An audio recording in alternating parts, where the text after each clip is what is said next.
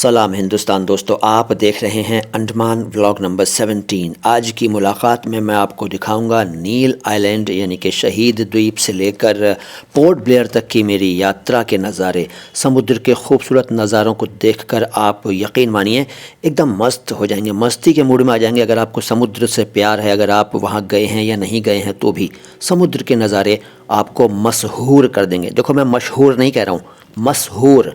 मशहूर का मतलब जिस पर सहर हो गया हो, सहर मतलब जादू, मतलब आपको एकदम ऐसा कर देंगे जैसे आप पर जादू हो गया हो। मशहूर, मशहूर और मशहूर अलग अलग शब्द हैं, ये मैं बता चुका हूँ, लेकिन ये सब बातें फिर कभी। आज तो नज़ारे देखिए जेटी के। ये वो जेटी है जहाँ से फेरीज़ यानी बोट्स हमें मिलती हैं कहीं जाने के लिए। ये देखिए सामने फेरी खड़ी है, इसका नाम है हट बे।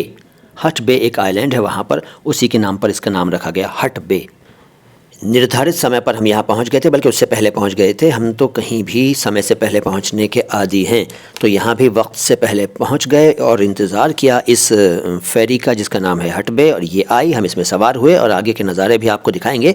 लेकिन जो नए व्यूअर्स हैं उनको बता दूं कि भैया ये चैनल लैंग्वेज का है, यहाँ शब्दों का शुद्ध उच्चारण डिस्कस होता है और नए नए शब्द भी आप यहाँ से सीखते हैं। तो मैं जो ये ज़्यादा बोल रहा हूँ ना, ये इसलिए बोल रहा हूँ कि हमारे व्यूअर्स ज़्यादा से ज़्यादा शब्द सीखें और शब्दों का शुद्ध उच्चारण सीखें। हिंदी और उर्दू दोनों भाषाओं के शुद्ध उच्चारण को समर्पित अपनी तरह का एकमात्र चैनल है ये, माय हिंदी माय उर्दू।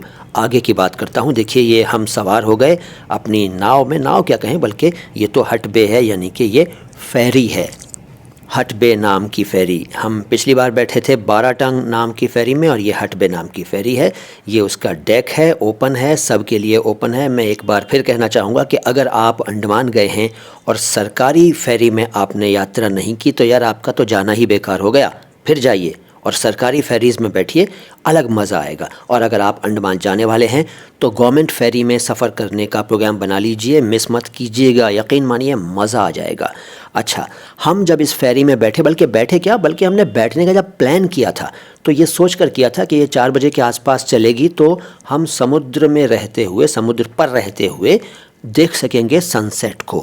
लेकिन हमारी बदकिस्मती, यहाँ भी हमें सनसेट नहीं मिल सका, कन्याकुमारी में भी नहीं मिला था, और पिछले वीडियोस में भी हमने आपको जगह जगह दिखाया था। विभिन्न हम बीचेस पर गए थे तो वहाँ भी हमें सनसेट प्रॉपरली नहीं देखने को मिला। और यहाँ समुद्र में भी हम इस उम्मीद पर थे कि भैया बादल हट जाएं तो हम सनसेट का नज़ारा देखें और लुत्फ़ अंदोज़ हों, लेकिन यहाँ भी सनसेट देखने को नहीं मिला। खैर, सुरमई बादलों और उसके समुद्र के पानी पर पड़ते हुए शेड को निहारते और गाते गुनगुनाते मस्ती करते हम चले जा रहे थे पोर्ट ब्लेयर की तरफ। जी हाँ, नील आइलैंड यानी कि शहीद द्वीप से हमारा ये कारवां तो नहीं कह सकते, लेकिन हाँ ये है कि जो भी हम कहें, हमारी ये जो फेरी है जा रही थी पोर्ट ब्लेयर की तरफ। और समुद्र के ऊपर आसमान का ये नज़ारा खूबसूरत है। वैसे नज़ारा आप देख ही रहे हैं। हमारे साथ जो यात्री थे, जो सहयात्री थे, वो भी हमारी ही तरह मस्ती में गुनगुना रहे थे, गा रहे थे और यहाँ से वहाँ उछल कूद कर रहे थे। कभी अपर डेक पर जाते थे, कभी लोअर डेक पर जाते थे, और कभी नीचे चले जाते थे अपनी सीट्स पर सामान देखने के लिए। हालांकि हमें कई बार बता दिया गया था कि सामान कोई नहीं छुएगा, बिल्कुल बेफिक्र रहिए, यहाँ के लोग ईमानदार हैं और पर्यटकों का ख्याल रखते हैं और कोई फ़िक्र की बात नहीं है। लेकिन फिर भी हम बीच बीच में जाकर सामान चेक कर लिया करते थे नीचे, और फिर आ जाते थे इस तरह से नज़ारे देखने, समुद्र को निहारने और सफ़र का पूरा आनंद लेने के लिए। इस तरह से मस्ती करते और मस्त हवा खाते और बातें करते, गाते गुनगुनाते और बस अपने आप को सौभाग्यशाली खुशनसीब मानते हुए हम चले जा रहे थे पोर्ट ब्लेयर की तरफ। और ये हमारा पहनावा भी आपने देख लिया, इस तरह के कपड़े वहाँ पहनने होते हैं, सब पहनते हैं वहाँ। ये मजबूरी है, बल्कि ये कहिए कि ये ज़रूरत है, मजबूरी तो नहीं, ज़रूरत है। वहाँ इस तरह के कपड़े ही आपको पहनने होंगे, और साथ ले जा सकें तो ठीक है, नहीं तो वहाँ आपको बाज़ार में जगह जगह इस तरह के कपड़े मिल जाते हैं, उस तरह के जो भी हमने आपको दिखाए मिल जाते हैं, और आराम से ख़रीदिए, बहुत ज़्यादा महंगे भी नहीं होते और पूरा मज़ा आप ले सकते हैं। ये देखिए, सुरमई समुद्र, सुरमई बादल, सुरमई शाम। और गाना आपको अगर याद नहीं आया तो मैं याद दिलाता हूँ, सुरमई शाम जिस तरह आए सांस लेते हैं, है ना, इस तरह से गाना है ना, सुरेश वाडकर ने गाया हुआ है। ठीक, तो इस तरह से हम जा रहे थे पोर्ट ब्लेयर की तरफ। पोर्ट ब्लेयर जाकर हमें आगे का प्रोग्राम वहीं कंटिन्यू करना था, वहाँ घूमना था अगले दिन। और अगले दिन हमें जाना था रॉस आइलैंड और नॉर्थ बे आइलैंड, रॉस आइलैंड को आजकल नेताजी सुभाष चंद्र बोस आइलैंड कहते हैं और नॉर्थ बे आइलैंड भी वहाँ पर है।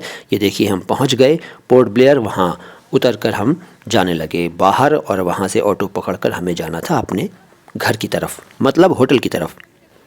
सरकारी स्कूल, माध्यमिक गवर्नमेंट सेकेंडरी स्कूल, उच्च माध्यमिक स्कूल वहाँ का, और ये वहाँ की सड़क। शाम हुई है, अभी बहुत ज़्यादा वक्त नहीं हुआ, लेकिन ऐसा लग रहा था कि बस अब जल्दी से पहुँच जाओ होटल में और बस आराम करो।